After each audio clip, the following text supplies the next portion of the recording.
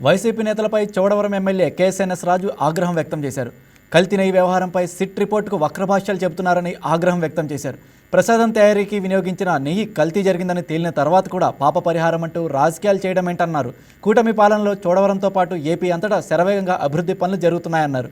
MLA KSNS రాజుతో మా Uttarandhra regional coordinator Durgaprasad face to face.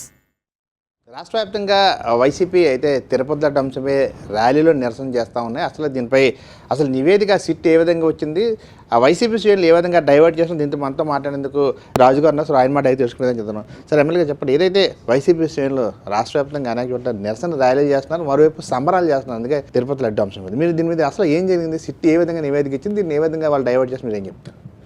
Tirupati laddu విషయంలో కానీ అంటే 2 నిమిషాలు మనం ముందు నుంచి ఈ తిరుపతి విషయం గురించి రాజశేఖర రెడ్డి గారు ముఖ్యమంత్రిగా ఉన్నప్పుడు కరుణాకర్ రెడ్డి గారు చైర్మన్ గారు ఆ రోజు ఏ విధంగా జరిగింది, ఆయన ఏ మతానికి చెందిన వ్యక్తి నిన్నేమని చెప్పేసి మళ్ళీ వీరు జగన్మోహన్ రెడ్డి గారు ముఖ్యమంత్రి అయితే చైర్మన్ ఎవరండి, వాళ్ళ బాబాయ్ గారు ఏమని చేసి చైర్మన్ గారు, వాళ్ళంతా కూడా ఏ విధంగా సొంత కుటుంబ వ్యవహారంలాగా ఒక జేబు సంస్థగా తిరుపతిని మార్చారన్నది అందరికీ తెలిసిన విషయమే.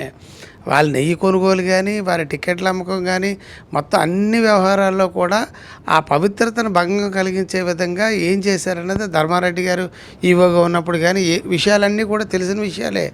మా ప్రభుత్వం వచ్చిన తర్వాత కూటమి ప్రభుత్వంలో వాళ్ళు చేసినటువంటి పరిపాలన ఏ విధంగా అడ్మినిస్ట్రేషన్ తిరుపతిలో జరిగిందన్నది చూసి ఆ మార్పులు చేస్తున్నప్పుడు ఈ విషయాలన్నీ వెలుగులోకి వచ్చాయి.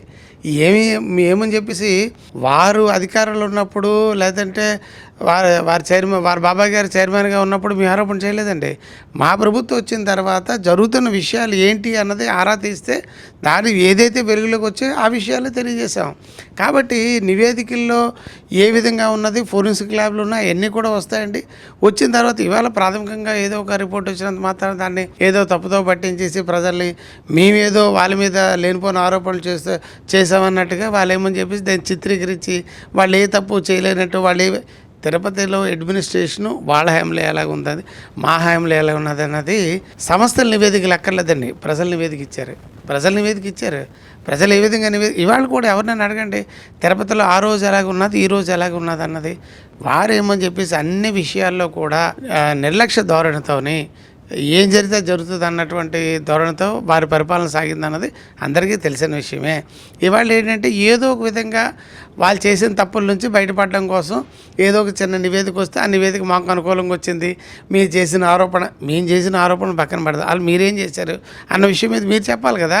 ఇవాళకి నేను అనేది అంటే దీనికి అసందర్భం చెప్పట్లేదు సార్. ఒకే ఒక విషయం వారి యొక్క వైఖరి చెప్పడం కోసం నేను చెప్తున్నానండి.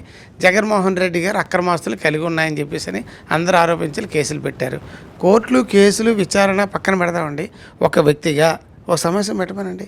రాజారెడ్డి గారు మా తాత ఈ ఆస్తి ఇచ్చాడు, రాజశేఖర రెడ్డి గారు మా తండ్రి ఈ ఆస్తి ఇచ్చాడు, నేను సంపాదించాను, నాకు అక్రమాస్తులు ఎక్కడ ఉన్నాయి, కావస్తే ఇది నా స్టేట్మెంట్ అన్నది ఆయన ఎందుకు బహిరంగంగా చెప్పలేకపోతున్నాడు? తిరుపతి అంశానికి దానికి సంబంధం లేదు. వాళ్ళ యొక్క బిహేవియరు, వాళ్ళ యొక్క ఉద్దేశాల గురించి మాట్లాడుతూ ఆ విషయం చెప్తానండి. కాబట్టి వాళ్ళు ఏ విషయాన్ని స్పష్టంగా మేము నెయ్యి వాడాం, లేకపోతే ఇగో ఇక్కడ కొన్నాం, ఇగో ఈ విధమైనటువంటి ట్రాన్స్పరెంట్ మోడ్లో మేము చేసాం, టెండర్లు పిలిచాం, ఈ విధంగా జరిగింది, ఇప్పుడు మీరు ఏం చేస్తారు మాట్లాడమనండి. ఒక వేదిక మీద తప్పులేదు, దాని గురించి మేము చర్చించడానికి సిద్ధంగా ఉన్నాం. అవి మానేసి ఏదో ఒక అంశాన్ని పట్టుకొని వచ్చి తిరిగి మా మీద బురద జల్లడానికి ప్రయత్నించడం అనేది సమంజసం కాదు. మీ హయాంలో ఏమని చేసి రోడ్లన్నీ అద్దాని పరిస్థితులు ఉన్నాయి, ఇవాళ బాగు చేస్తున్నాం. మీరేమని చెప్పేసి తల్లికి వందనం అన్నారు, ఒక ఇంట్లో ఒకరికే ఇచ్చారు, మేమని చెప్పేసి అందరికీ ఇస్తాను, ఇచ్చాం లేదా? ఈ విధంగా పరిపాలన విషయంలో మీ హయాంలో జరుగుతున్న విషయాలు కానీ మా హయాంలో జరుగుతున్న విషయాలు కానీ ఏ విధమైన చర్చకి సిద్ధం. ఎందుకు మేము చర్చకి సిద్ధం అంటున్నామంటే మీరు అలాగే అసెంబ్లీకి రారు, మీరు అక్కడ చర్చించరు, అక్కడికి వస్తే మీరు చేసిన పనులన్నీ మేము అడుగుతామని చెప్పేసి అని మీరు దాగుంటున్నారు. ఏ తప్పు చేయలేని వాళ్ళకి మాట్లాడడానికి అసెంబ్లీ రావడానికి మీకు ఏంటంటే ఇబ్బంది? కారణం ఏంటంటే మీరు చేసిన తప్పులన్నీ కూడా మీ అసెంబ్లీలో సభా సాక్షిగా మిమ్మల్ని ప్రశ్నిస్తామని భయపడి మీరు జవాబు చెప్పడానికి భయపడే వ్యక్తి మీరేమని చెప్పేసి ఆరోపణలు చేయడం, ర్యాలీలు చేయడం, ధర్నాలు చేయడం ఏంటండి? కాబట్టి ఇవన్నీ కూడా వారు ఏంటంటే తప్పులు చేసి తిరిగి అట్టించేటేమని చెప్పేసి మా మీద ఏదో బురద జల్లే ప్రయత్నంలో భాగంగానే ఇవన్నీ జరుగుతున్నాయి తప్ప ప్రజలకి అన్ని విషయాలు తెలుసండి. ప్రజల్ని మనం ఈ నివేదికలు కాదు, ప్రజలు మనం మోసం చేయలేం.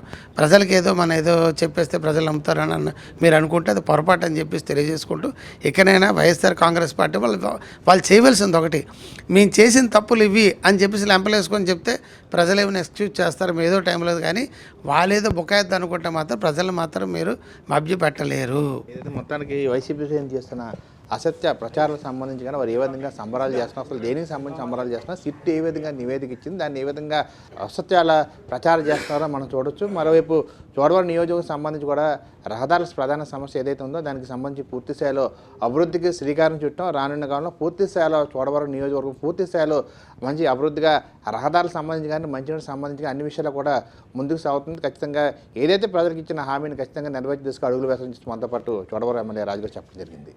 వీడియో జర్నలిస్ట్ కిషోర్తో దుర్గాప్రసాద్, వైకే న్యూస్, విశాఖ నుండి. ఈ వీడియో మీకు నచ్చినట్లయితే లైక్ చేయండి, షేర్ చేయండి, మా ఛానల్కి సబ్స్క్రైబ్ చేయండి.